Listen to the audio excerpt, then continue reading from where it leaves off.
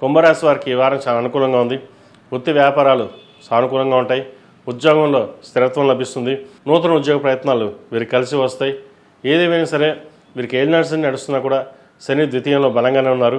లాభాధిపతి ద్వితీయాధిపతి అయిన గురువు పంచమంలో వీరికి అంత అనుకూలంగా లేదు. సంతానం సంబంధించిన విషయ వ్యవహారాలు, సంతానం కోసం ప్రయత్నం చేస్తున్న వారికి కాస్త ఇబ్బందికరమైన విషయం అని చెప్పవచ్చు.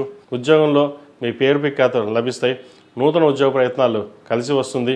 వ్యాపార అభివృద్ధి బాగుంటుంది. అయితే రూపాయి వస్తుంది, రూపాయి ఖర్చు అవుతుంది. సరిసమానంగా ఉంటుంది. సహోదరి మధ్య ఉన్న విభేదాలు ఏవైతే ఉన్నాయో సమస్య పోతాయి. ముఖ్యంగా స్థిరాస్తులకు సంబంధించిన విషయహారాలు మీరు సానుకూల పడుతుంది. అదేవిధంగా జన్మరాశిలో రాహు నడుస్తున్నారు. ఏదైనా ఒక నిర్ణయాలు తీసుకునేటప్పుడు ఆచితూచి వ్యవహరించాలి. రాహు ఒక మాయ, అంటే ఉన్నది లేనట్టుగాను లేనిది ఉన్నట్టుగానే చూపించే గ్రహం, ఛాయాగ్రహం. అంటే ఏదైనా సరే మన నిర్ణయాలని ప్రాక్టికల్గా ఆలోచించి చూసిన తర్వాతే మనం మాట్లాడాలి.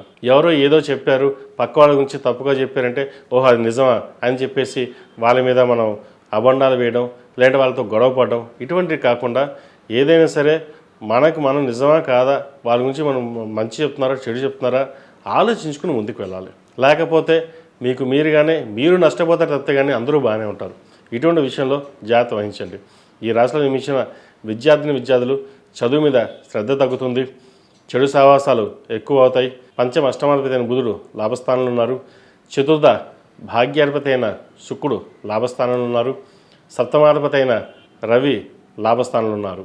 వివాహకారకుడైన సప్తమాధిపతి అయిన రవి లాభస్థానంలో బుధుడితోటి కుజుడు శుక్రుడితో కలిసి ఉన్నారు. వివాహ సంబంధించిన విషయవహారాలు, భార్యాభర్తల మధ్య విభేదాలు రాకుండా చూసుకోవాలి. చిన్న మాట కూడా పెద్దదిగా భూతద్దం పెట్టి చూసుకోవడం, అనుమానించడం లేదా అనుమానాలు ఎక్కువడం, ఇటువంటి వాటికి దూరంగా ఉండడం చెప్పదగిన సూచన. ఈ రాశిలో మించిన స్త్రీలకు వృత్తి ఉద్యోగాల పరంగా వ్యాపార పరంగా అనుకూలంగా ఉన్నప్పటికీ స్ట్రెస్ అనేది అధికంగా ఉంటుంది. రూపాయికి 2 రూపాయలు ఖర్చు అవుతుంది. ఏదైనా సరే నేను అనే అహంకారాన్ని కొంచెం వరకు పక్కన పెట్టాలి. నలుగురితో పాటు మనం ఉండాలి అన్న భావంతో వెళ్ళాలి. నేను అనే పదాన్ని పక్కన పెట్టినట్లయితే భవిష్యత్తు బాగుంటుంది. ఏదైనా సరే జీవితం మీ చేతిలో ఉంటుంది, నిర్ణయం మీ చేతిలో ఉంటుంది. చెప్పడం వరకు నా ధర్మం, పాటించకపోవడం మీ ధర్మం. ఈ రాశి వారు ప్రతిరోజు ప్రతినిత్యం ఓ నమస్వయ ఒత్తులతో దీపారాధన చేయడం, అదేవిధంగా అరుణాచలేశ్వరిని ఒకసారి దర్శనం చేసుకోవడం చెప్పదగిన సూచన. మీకున్న సమయంలో ఎప్పుడైనా కుదిరితే అరుణాచలేశ్వరిని దర్శనం చేసుకోండి, మంచి ఫలితాలు సంప్రాప్తిస్తాయి. ఈ రాశిలో నిర్మించిన వారికి కలిసి వచ్చే సంఖ్య 3, కలిసి వచ్చే రంగు స్కై బ్లూ. ఏదైనా పని మీద బయటకు వెళ్ళినప్పుడు శుక్రవారం కానీ శనివారం కానీ వెళ్ళండి, మంచి ఫలితాలు సంప్రాప్తిస్తాయి.